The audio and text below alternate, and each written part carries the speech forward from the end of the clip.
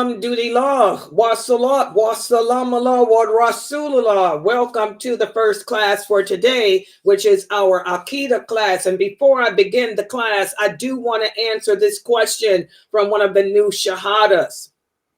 One of the new Muslim converts was asking me, one of the sisters here, Sister Deborah. Deborah wants to know, is there a certain way that a Muslim woman should wear her hijab? The answer is yes, despite what you see. Allah commands the believing woman to draw her veils over her bosom. You guys see how I got mine? Covering your chest, your women, lady parts. Your lady parts. Okay. Yeah, okay. She can hear too. Good. Okay, your lady parts. Now D-Live is messing me. Yeah, I can see you guys anyway on D-Live. Y'all don't have to message. I could always see you. Yeah, so if you're gonna, when you wear a hijab, which is a covering, it should be like this, a khimar, like what I wear. It has to be long enough to cover your chest. Do you sisters understand that? And it's haram. I repeat, it's haram. I repeat, it's haram for Muslim women to wear turbans. Do you sisters understand that? Why? Because a turban is a dress for men. And Islam forbids women from dressing like men and men from dressing like women. Just like a man cannot wear a hijab or a khimar. A woman cannot wear turbans. And you see a lot of these Muslim women with turbans on, especially here in America. You even got these so-called progressive Muslim women politicians. And they walk around dressed like the Kafir women with tight pants and suit jackets on, imitating a man, and they put a turban on. By the way, as a Muslim woman, you shouldn't be wearing no three-piece suit either. That's also dress specific for a man. And this is what our whole, this whole series that I'm teaching is about. Well better. This is what happens when we live amongst the non-Muslims. If we do not practice the proper well better, we end up taking on their ways. Like the Prophet sallallahu alaihi wasallam said, you Muslims will imitate them in the way they dress, the way they act, their mannerisms. And this is exactly what we're doing. You got Muslim women looking like men, wearing three-piece suits and turbans and stuff because they want to be in the political arena. And that's a whole different topic, because should you be in a political arena? That's the question. Is that even lawful? And we'll talk about that another day. Okay, a woman, women today, because of our assimilation with the non-Muslim women, we've adapted their way of thinking, their way of dressing, and their lifestyle. Muslim women have left the homes. We've checked out of the homes. And we're now working. Some of us have no choice but to work. I know, because I had to work for 36 years. Alhamdulillah, I just retired. I just retired 2 years ago. MashaAllah. That was the blessing. That was one of the simple blessings in life. I didn't have to work anymore to take care of myself. Okay, I was able to still retire and be still just 1 foot in the grave instead of 2 feet. So some of us have no choice but to work. But there are other Muslim women out there who don't have to work, but you choose to do it because you want to be a progressive Muslim, or you want to be like the non-Muslim women. You want to be independent, self-sufficient, which ain't nothing wrong with that. You can be independent and self-sufficient and still married and still at home. Okay? So to answer that question, no, you are not supposed to wear your hijab anyway, other than with it hanging down over your bosom. That's a clear verse in the Quran. Draw your veils over your bosom when you leave your home. You can't wear clothing that's going to accentuate your breasts. And most of us have big breasts. That's just how it is. Hello? A lot of us are holding naturally. And Allah knows his creation. So what do? Cover it up. So the people can't sit there, you talking to a dude and he's staring at your chest. You walk to the grocery store and somebody looking at your behind, like we see, like those people did when you sisters were protesting and still are, showing your body parts, bending over in Times Square, praying on the street, when your home is better for you. Yeah, so that answers that question. And that's why we're doing this whole series on allegiance. If we truly have allegiance to Islam, then we would never compromise our values. We would never compromise our morals, just to blend in and be accepted by the non-believers. We have no choice but to live amongst them here in America. But you can live amongst the non-believers and still have a productive life, as long as you adhere to the morals and the values of our way of life. And our morality and our values are better than theirs because ours were divinely given to us. What does that mean? Our morals and our values were given to us by Allah, not man-made, by a Zionist. And America's a Zionist country. It always has been. What do you people think Judeo-Christian means? It means Zionist. Anybody, the people, y'all didn't know that? That's why y'all shouldn't have been voting for Obama or anybody else. They're non-Muslims, their ideology. Look at America's history. See, I'm a historian. I have a degree in it. Why do you think those early Americans were breaking off, fighting against England for their independence? You want to celebrate Independence Day?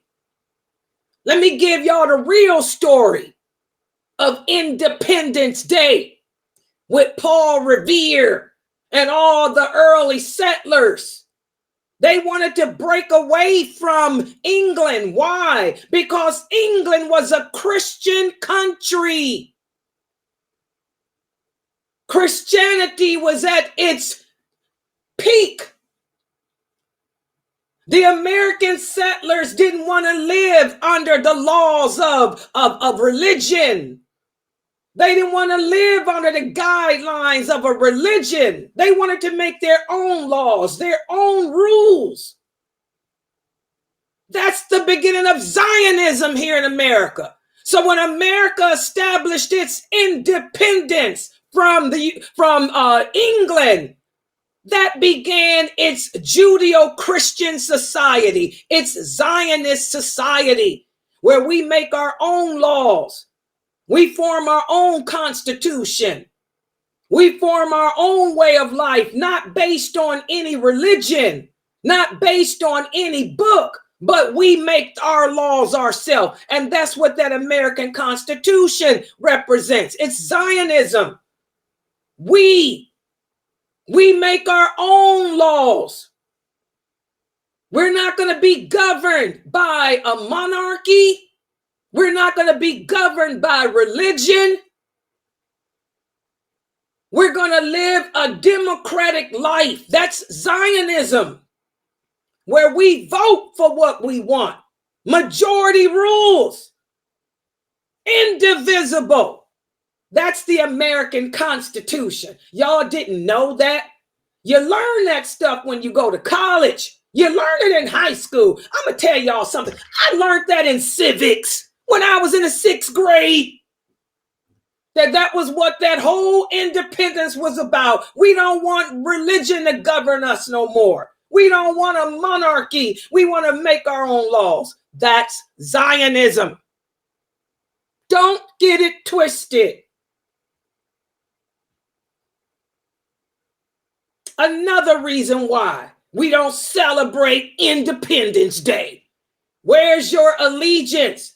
Is your allegiance to the settlers, to the pilgrims? Is your allegiance to Zionism? Is your allegiance to democracy? Islam ain't about no democracy.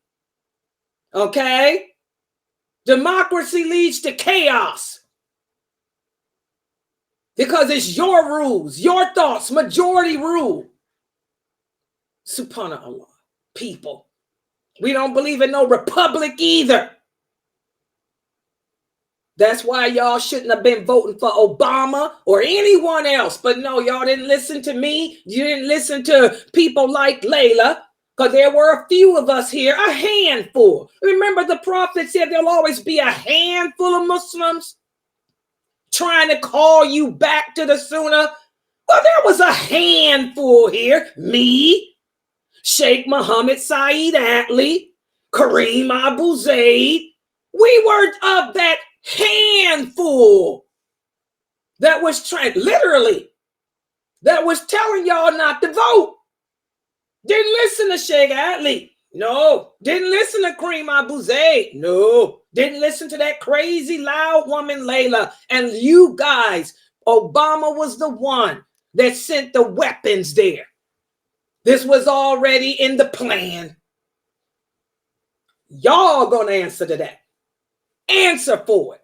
That's why Allah sent this war. To teach y'all a lesson about deviating away from his laws, his rules. We have to be ruled by Allah's rules, his laws. You can't adopt your own. Everybody understand that? So, Muslim women have taken on the appearance of non-Muslim women wearing suits and turbans. Some of the women don't even put a turban on at all. They just wear blue jeans and show their body parts. It's the Nicki Minaj show and the Cardi B show. Ho, ho, ho. That's what it is. Association brings about assimilation. And that's what we've been speaking about. As Muslims, it's our duty to enjoin the good and forbid the evil, no matter where we are. But sometimes we find ourselves in predicaments in which we cannot enjoin and forbid in the sequence that we should do it in.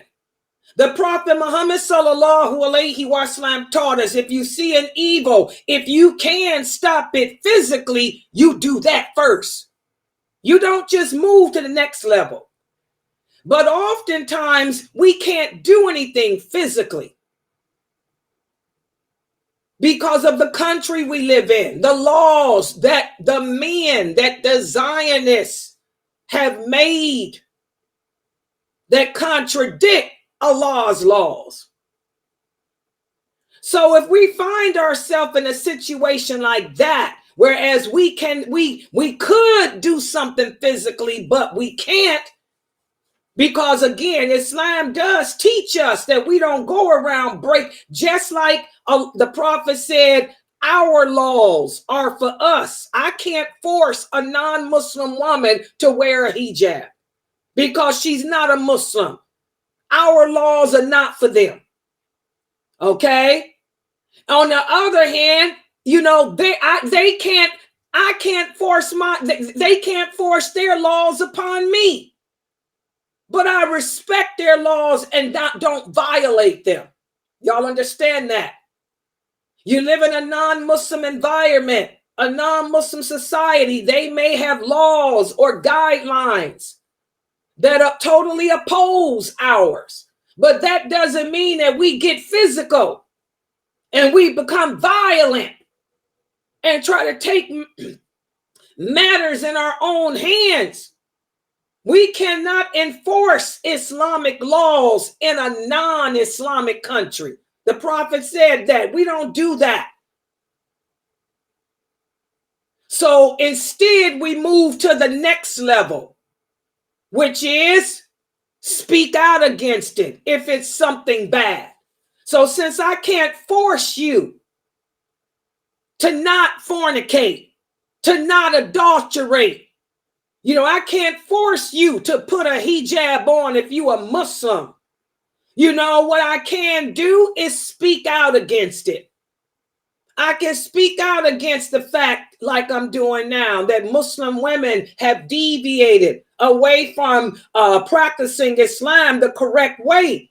Muslim women have assimilated amongst the non-Muslim women. This is the next phase. Speak out against the evil. But sometimes you will find it yourself in a predicament where you cannot even speak out. For example, in some of the Muslim countries, in fact, all of them, they don't have that freedom of speech that we have here in America. I'm going to be honest, no country on earth has that freedom of speech that America allows, not even the European countries. America will allow you to say what you want to say, but don't think they ain't watching you. They got that Patriot Act that was passed during 9/11. Yeah, the Patriot Act allows Americans to look right in your house. They could be looking right now with cameras and watching everything we do, monitoring our phones. Yeah, so, freedom comes with a cost. Okay? But you may find yourself where you are, if you're living in a Muslim country, like where my father's from, Egypt. My father was from Egypt originally. They don't have that freedom of speech. You speak out against the government, speak out against things that, you'll end up in jail. So what do if you find yourself in a predicament like that? Let me tell y'all a big fitting that's going on in Egypt. Egypt is one of the places where they allow women to call the adhan. Egypt is one of the places where they allow women to lead the men in the prayers. Oh yeah, women got all kind of rights over there in Egypt. Okay? But if you speak out against it, you're going to be thrown into prisons. So you can't change the evil physically. You cannot even speak out against the evil. So what do you do then? Then you move to the last sequence, which is hate it in your heart. And this is what a lot of Muslims don't understand. What does it mean to hate something in your heart? That's what we're going to be talking about today. And to hate it in your heart means you're going to pray against the evil. That's where your supplications come in. And boy, there's a lot of power in supplication if we only knew that. All right. So let's put the PowerPoint up on the screen. That served as a great introduction. And for the sister that asked, you see how I'm wearing my kimars? I never stand up on screen.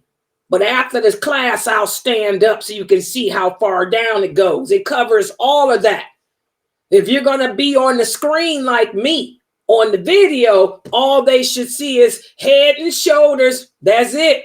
Baby, 1, 2, 3. Remember that old child's play. Head and shoulders, baby. 1, 2, 3. It ain't no shoulder hips. And it ain't no hips knees. If you're going to be like this in the presence of men and you're on a screen like I am, you want to be dressed like I am in a kimar and you don't stand up. They should see nothing below this. All they can see is my face and my hands, which is lawful in Islam, and whatever Kimara I have on, and that's it. Whatever jewelry I have on my face and hands or makeup, that's it. That's all that they're allowed to see. Head and shoulders. It ain't shoulder hips. So cover them this stuff up, even on camera. All right? Okay, so let's put the PowerPoint up for today's lecture. And by the way, I did post up the pages on Facebook and YouTube. What page was this? Anybody in Zoom got the page again? So I don't get interrupted with Sister Layla. Said, wrong page. I think y'all was at 290 to 292 or something like that. Yeah. Yes. Okay. Okay. So we're going to be covering. I want everybody to take the books out. This is the blue book, volume 1. It ain't the red peel. We're still digesting the blue peel, which is volume 1 of Diluting El Wala Wal Barra. And we're on page 290. These last 8 chapters of volume 1 serve as an introduction to book 2. And as y'all can see, those of you who have ordered the book, it's over 500 pages. Oh yeah, it's going to take us another year. We've been studying this book for almost a year. Y'all can see when we start that other book, it's going to take us another year. Hello, but inshallah, you guys will walk away with a great, deep understanding of La ilaha illallah Muhammadur Rasulullah sallallahu alaihi wasallam and its meaning. So today we're going to speak about the limitations that we may find ourselves faced with when it comes to enjoining the good and forbidding the evil in a non-Muslim society or a non-Muslim environment. Okay? And again, the practicality of enjoining good and forbidding evil with the hand. That's the first step. This is a fundamental principle. And we as Muslims are strongly advised to uphold this practice. But we have to understand that this practice of enjoining good and forbidding evil with your hand should be carried out with hikmah, wisdom, and compassion. And also within the confines of the law. Because most of you listening to me do not live in a Muslim society. You're either in America, or you're in Canada, or you're in Europe. I even have some Australians here. So these are not Islamic countries. In fact, these are all Judeo-Christian countries. Judeo-Christian countries. Some are more Judeo than others. Those countries that support what's going on in Israel are more Judeo. The ones that don't support it are more Christian. Okay? And by the way, let me share this information that you guys already know. The United Nations is meeting again today, but they've already voted over 100 and something countries voted for a ceasefire. Only 8 countries voted to carry on. And America is the first one, of course. And also, I think Australia. Okay, so that can tell you that those 8 countries that did not vote for the ceasefire, America is the leading the crew. Those are your countries that are more Judeo. Those are your Zionist countries. And they happen to be the superpowers of the world. Even though those other 120-something countries voted for a ceasefire, those 8 Zionist countries that are more Judeo, which makes them Zionists, are the superpowers. That's how it is. Why is it that way? Because Allah said so. Allah said when the Antichrist comes, he'll be leading those Zionists. He'll have over 300 and some Zionists behind him. Okay. So you find yourself in a situation where you have to use wisdom and also stay within the guidelines of the law of wherever you live. Like I gave you guys the example, you can't do anything physically to stop, fornication, adultery, drugs, or any of that. So that's when you move on to the next level. You have to restrain yourself, use your judgment so as not to cause harm to you and yours. And there's other things we can do by moving to the next level, such as speaking out. When we speak out, we can offer advice. We can offer guidance.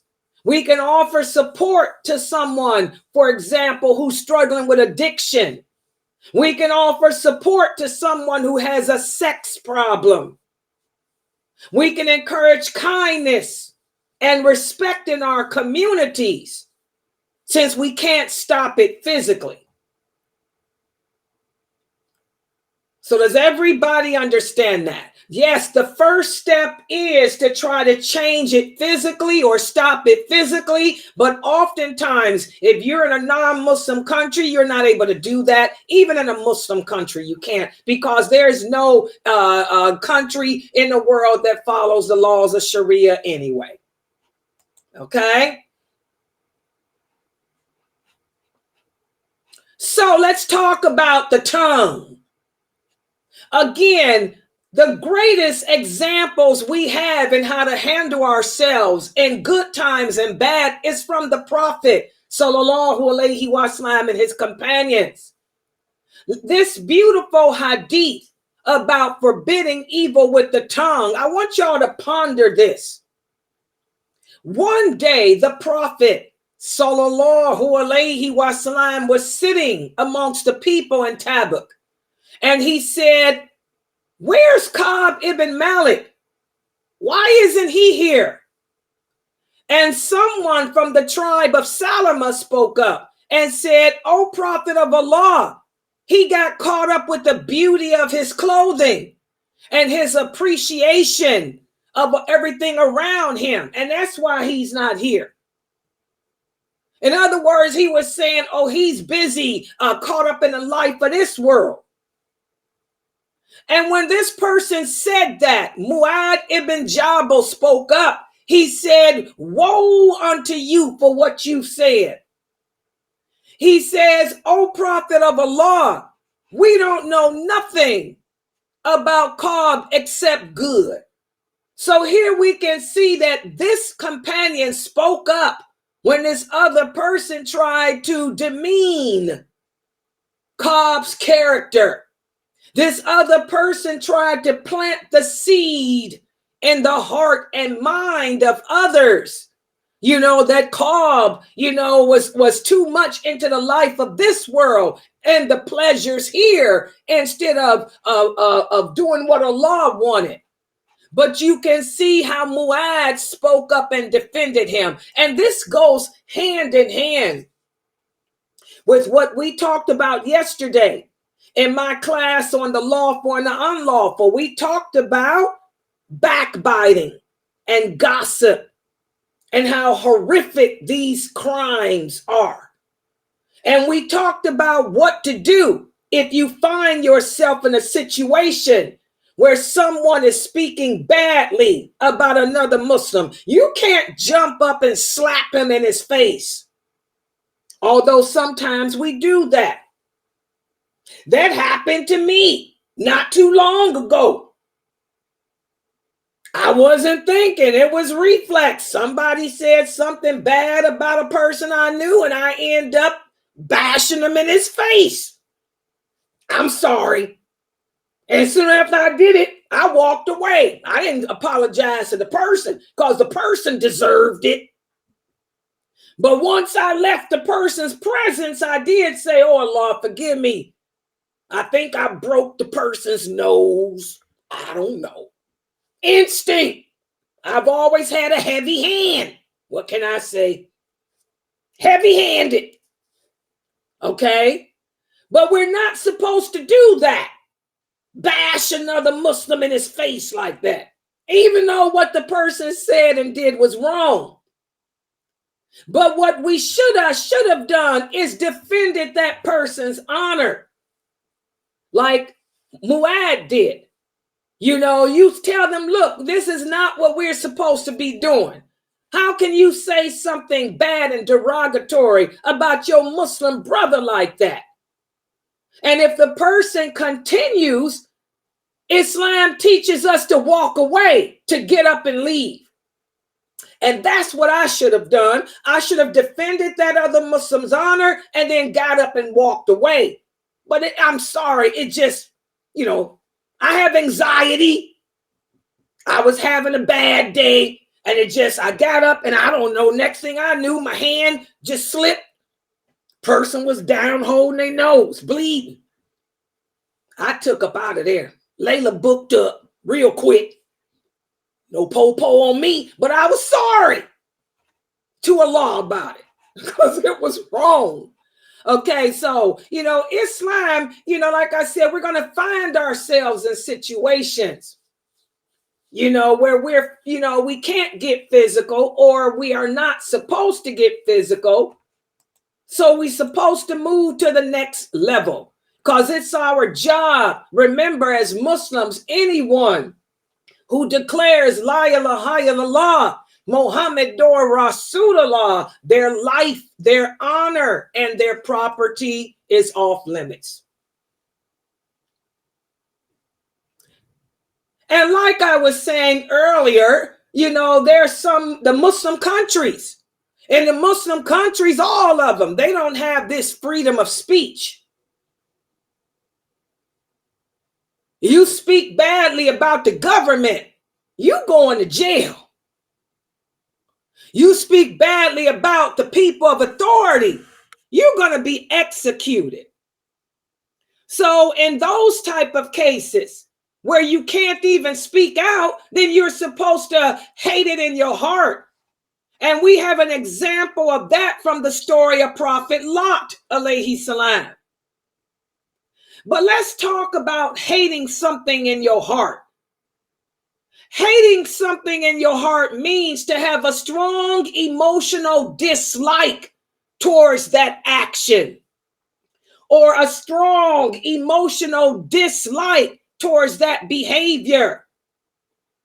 This should be a powerful motivator in taking action to prevent that behavior from happening in the future. When you really hate something, you will do everything in your power to stay away from it and prevent it from happening again. If a believer fails to hate it in their heart, then what happens? We become vulnerable to the influence of these things. And this is why you look here in America, Muslim women don't dress properly. You don't have to cover your face. Nowhere does Allah or the Prophet or any of the original companions, except Ibn Masud, say that a woman has to cover her face and her hands. I don't have to walk around like with no gloves on and with like a mummy. I ain't got to do that. But I am supposed to cover my female body parts. No skin should be showing except this. And my shape, my women, lady parts should not be emphasized. I should have on a wide flowing garment, a wide flowing overgarment that will hide my form to the best of its ability, except what naturally appears thereof. Okay? But Muslim women don't dress that way. You can't tell Muslim women from non-Muslim women anymore. You know, this is what happens because we didn't hate it in our heart. If you truly hated how women have deviated away from the commands of Allah, then you would take every step necessary to prevent it from happening. But you're not. You're succumbing to it. And many of you have taken Muslim women as your heroes. who don't dress properly. Subhanallah. So hating it in your heart, is something that we have to work on in Muslim countries and non-Muslim countries, where we are not able to do anything verbally or physically. Let's take a look at the story of Prophet Lot, alayhi salam. Despite Lot's admonishments against the indecency and the immorality that his people did, they were the ones into that homosexuality. They were also into bestiality. Prophet Lot, alayhi salam, spoke out against it. He couldn't stop them physically. So he tried to stop them with his tongue, but they continued to engage in those actions. Even Prophet Lot's wife, because she didn't hate it in her heart, what happened to her? She ended up assimilating and becoming like them. So the story of Prophet Lot, alayhi salam, should remind us of the consequences of failing to hate it in your heart. If you don't hate something in your heart, you're going to succumb to it. That's why love and hate are parts of faith. Y'all remember when we did that whole discussion on loving and hating for the sake of Allah? Now do you see why the Prophet sallallahu alaihi wasallam said you will never be a true believer? You will never be a true believer until you love and hate for the sake of Allah. If you don't love and hate for the sake of Allah, what's going to happen? You're going to succumb to the evil around you. You're going to assimilate like Prophet Lot's wife did. Everybody understand that?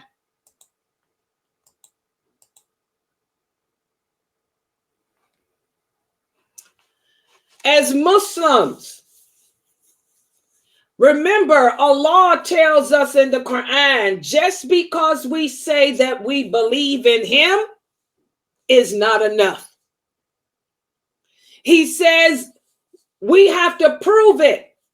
He's going to test us with everything that we love, our money, our children, our wives, our property, even our lives. So we have to live each day resisting the temptations that come our way. Does everybody understand that? Because each and every one of us has a jinn assigned to us. That jinn is not a Muslim, he's a devil. And Allah put him there to serve the purpose of trying to seduce you to disobey him. So it's important for us to maintain a strong faith-centered environment. It's important for us as Muslims to be vigilant against the influence of whatever external factors around us that can weaken us. This is why, for those young brothers that come to me and they say, Sister Layla, this is too much. I say, what's too much? I'll give an example. Remember about several months ago for this My Islam Q&A show, a young brother who lived in Miami, Florida. He was around 16.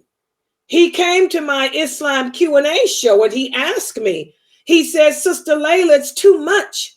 I said, what's too much? He said, all the women where I live, they walk around in their underwear on skateboards. I said, skateboards? I said, where you live at? I ain't never been to Florida.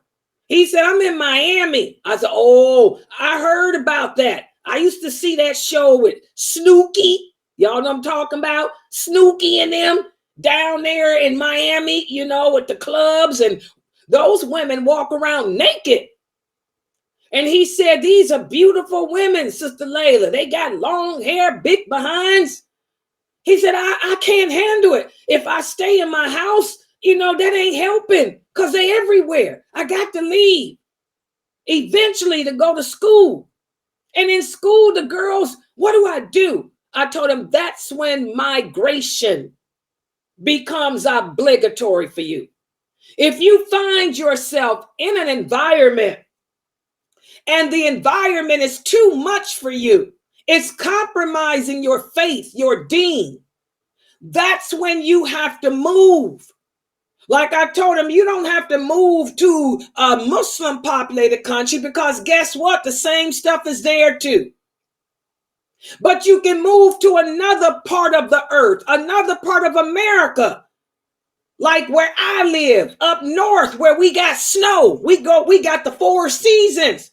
You can't walk around looking like that here. Your behind gonna freeze, baby.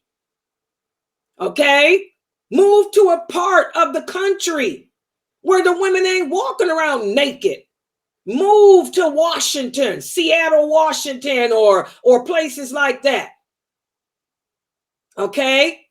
We have to remember that when we die, when those 3 angels come to take your soul, after they pull the soul, your soul from your throat, the first thing they're going to ask you is, did Allah not send messengers to you to warn you? And then their second question is going to be, was not Allah's earth spacious enough? Why didn't you move to another part of the earth where the women didn't walk around on skateboards in their underwear? Y'all see that? We cannot allow our environment to compromise our faith and practice. The companions didn't do that, and we're supposed to be like them. And resisting temptation, this is something that we all struggle with as human beings because it's what our father and our mother struggle with, Adam and Eve. Remember in the story of Adam, alayhi salam, the tree, Allah tells us how he told Adam and his wife to enjoy everything there in paradise, but stay away from that tree. But Shaitan lured them away from obedience to Allah and tempted them to eat from that tree, which caused them to be removed from paradise. So none of us are perfect. We all make mistakes. Sometimes you may find yourself succumbing to the environment, but you need to catch yourself. And when you catch yourself, pull yourself back away from it and repent to Allah if need be. Does everybody understand? So living in a non-Muslim society or non-Muslim environment is not easy, but it can be done. Remember, the companions did it. The first migration was from Mecca to Ethiopia, which was just like America, but a Christian country. They were able to maintain their faith, and their faith was newly formed. They did it. We can do it too. You just have to want it. Okay, let's see how well you guys understood this class. I'm going to ask you some questions here. I got about 3 questions. Pay attention. Question number 1. When enjoining the good and forbidding the evil, it does not have to be in the sequence of changing it with your hands and then the voice and then the heart. Is that statement true or false? In other words, when we enjoin the good and forbid the evil, we don't have to follow the sequence. We can do whatever we want. Is that true or false? False. Do you guys agree with her? She said false. Yeah, I agree. MashaAllah, good job. It's false. We do have to follow the sequence. Even if, but we may not be able to, but we're still supposed to follow the sequence. What about this? You see a child from your window running in the street, and you notice a car is coming. Even if you left your home, you would never make it to the child in time, but you still have to leave your home to try. Is that statement true or false? Think about it. Ponder it. You see a child from your window running in the street, and you can see a car is coming. If you left your home, you would never make it in time to the child. But you still have to get up and leave that house and physically try to make it. Is that true or false?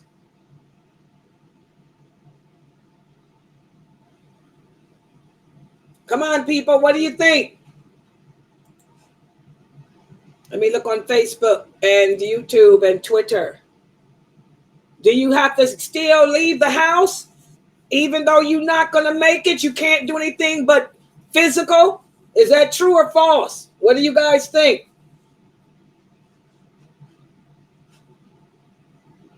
True. Okay, wait a minute. True. Okay, you guys agree? This person said true. Do y'all agree? No, false. I say false. Okay, why do you say it's false? Whoever said it's false, why do y'all say it's false? Common sense. Come on, people. These are not hard questions. Because you can scream out loud. You can't reach to the person, so why would you try to get up and run? You might not do it in time, but if you scream out to the person, then they'll be able to get out of the street. Exactly. Good job, guys. Why would I do that? I'm looking at the situation. I can't reach the person. If I left my house, I have to put a hijab on, throw on some shoes. That car is going to hit that baby. But I can open up my window and yell, get out the street. Or I can yell, help her. Does everybody understand? Whoever said it was true, do you understand why your answer was wrong? Okay, so that's when we move to the next level. Try to change it with your hand physically if you can. But if you can't, then you go to the next level. I can't run out to the street in time, but I can scream, get out of the street.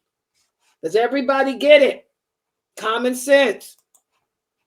Okay, let's look at the next question.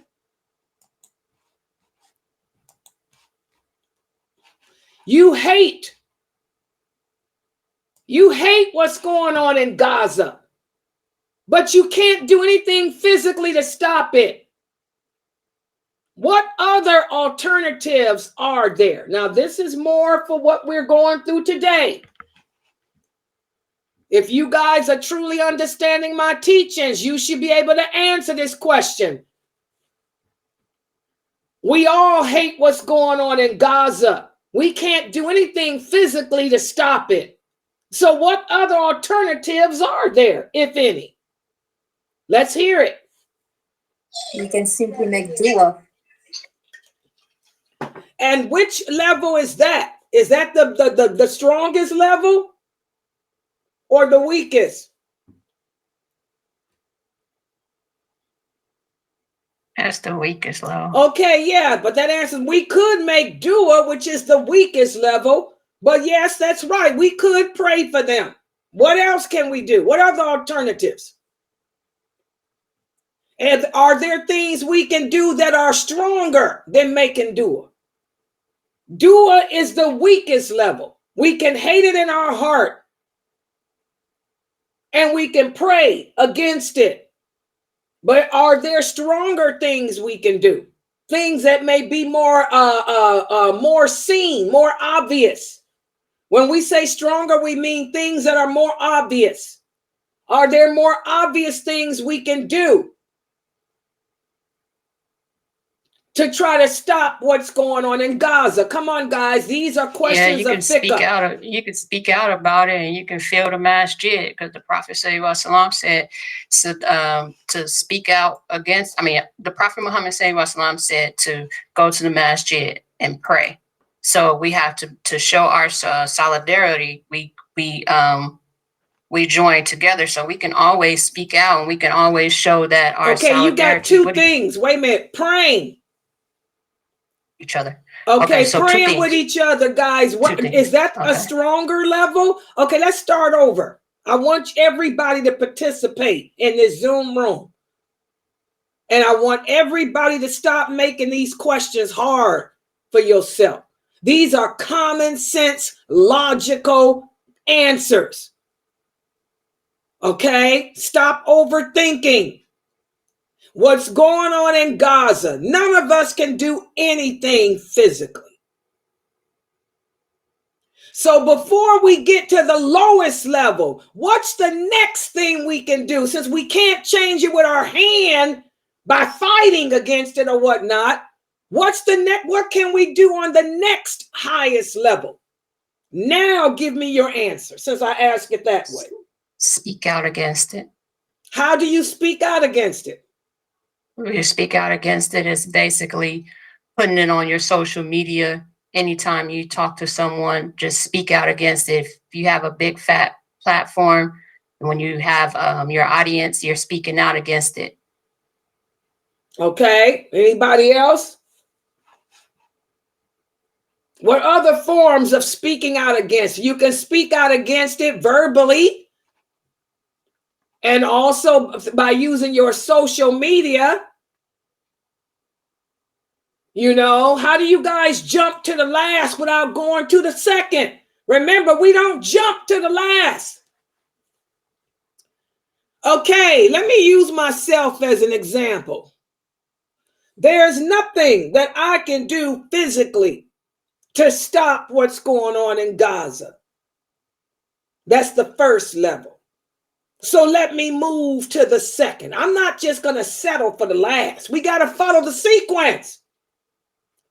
I speak out against it every day. All my classes that I teach, I make sure that they all center around Islamic knowledge that can be of use to you as a Muslim.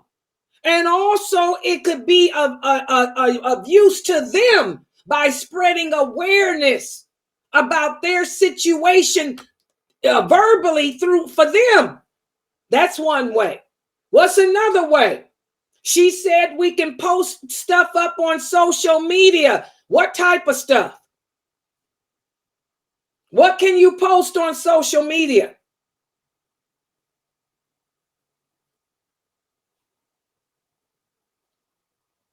What type of stuff would any of you post on social media? Can anybody answer that? This is simple. Oh, God. We Muslims are just lost. How, Sister Laylee? How can you use social media? This is where y'all lost at. Y'all can throw out words, but explain how. How can you use social media to promote the peace and justice? I just told y'all how I use my dawah.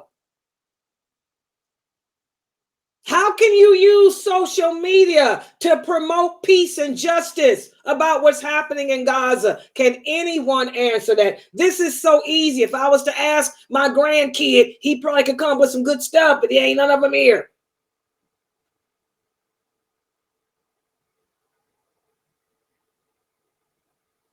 Sister Pamela said we can write about in letters. We can write letters to the government. That's a good one. That's what the non-Muslims. See, the non-Muslims know how to do stuff. We Muslims, like the Prophet said, we ain't educated. I'm sorry. We're emotional. All we can do is scream, holler, cry, cuss. That's it. If it involves thinking up an idea, we ain't good at it.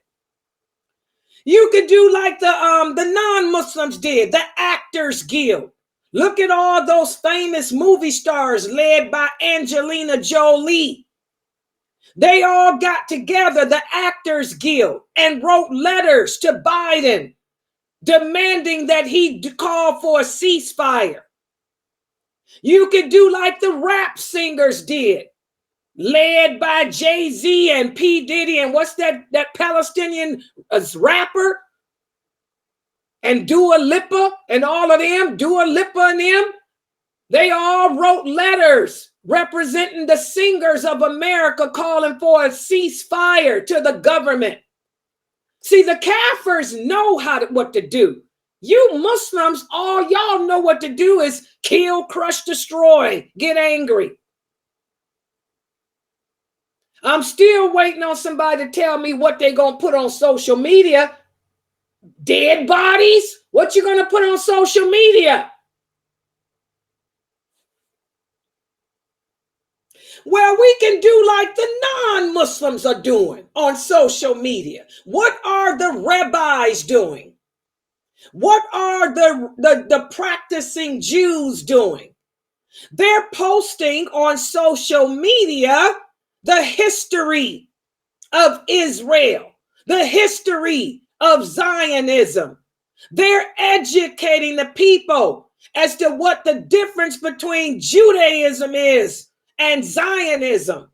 They're letting the people know that Zionists are not Jews. They're not practicing Jews, that they don't believe in the scriptures. So you can use social media in a good way like that to educate the people as to what Zionism is, as opposed to Judaism. You can also use the social media to speak about how Muslims are people too. That our way of life is not a way of life that is based on violence. You can use social media to promote that even in our way of life, we have rules, we have guidelines to abide by. Our Quran teaches us that we don't kill children. Mina, why come y'all can't give answers like I'm giving? I got to answer my own questions. Y'all don't like to think. I was going to say the reason why I said social media is to like show a lecture that a brother or a sister is giving. That's what I would have did, but I personally don't know. So that's why I that's kept something shut, you could do too, but you got to be careful of what brother and sister, because some of these crazy Muslims don't know what they're talking about. But yeah, but that's something you can do too. But I'd rather do like what I'm saying. Be proactive. That's how the non-Muslims got us beat. They know how to act. They know how to make a difference. Remember, the Prophet sallallahu alaihi wasallam said there's 6 reasons why those Christians will always have the upper hand over us. And this is one of the reasons. They're proactive. They know what to do to stir up attention. We Muslims, we don't. We just either don't know because we're just not intelligent enough, or we're just too emotional. If it's too hard for us to think. That's why we're where we are today. So there are things we can do on the second level of speaking out against it. We can write letters. We can educate. And then the third level, you guys already answered. Always make dua. That's the least that we can do. The least we can do is make dua, but you don't want to jump to the least. And that's what so many of us do today. We jump to the least effective way. We jump to the least effective way because the other ways are just too complicated for us. That's why those Christians got that advantage over us. All right, let's see. I think I got another question up here. Let me see. That might have been the last one. I can't. Oh, here it is. I think this is the last question. A sister in the mosque is speaking badly about another Muslim woman who is not present. What should you do? And this, you got to give me the complete answer based on what we talked about yesterday about gossip and backbiting too. What do we do, guys? A sister is in the mosque speaking badly about another Muslim woman. What should you do? What does Islam teach us to do in regards to enjoining good and forbidding evil in this instance?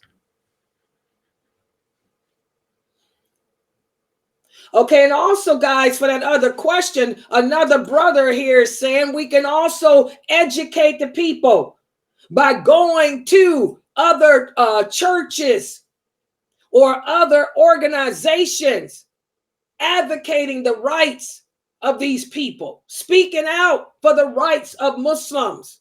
Exactly. Okay, so now let's look at this last question. A sister is at the mosque or a brother's at the mosque speaking badly about another Muslim. If you understand enjoining good and forbidding evil, what should we do? Simple answer. Simple question with a very, very, very easy answer. You should stop that person and you should defend the person that they're speaking bad of. And if they continue on, you leave the company. You don't sit there and engage and, carry on the gossip and stuff. What do you guys think about her answer? Yeah, I agree. MashaAllah, good job. Good job. MashaAllah, she's correct. That's what you do. If you're in the presence of another Muslim who's attacking another Muslim verbally behind their back, you stop them and you advise them and then you defend that person's honor. And if they continue on, then you get up and leave, because Allah teaches us as Muslims to not sit in the company or the presence of those who do evil. Does everybody understand that? All right, mashallah. Any questions or comments? You guys did okay on this quiz. I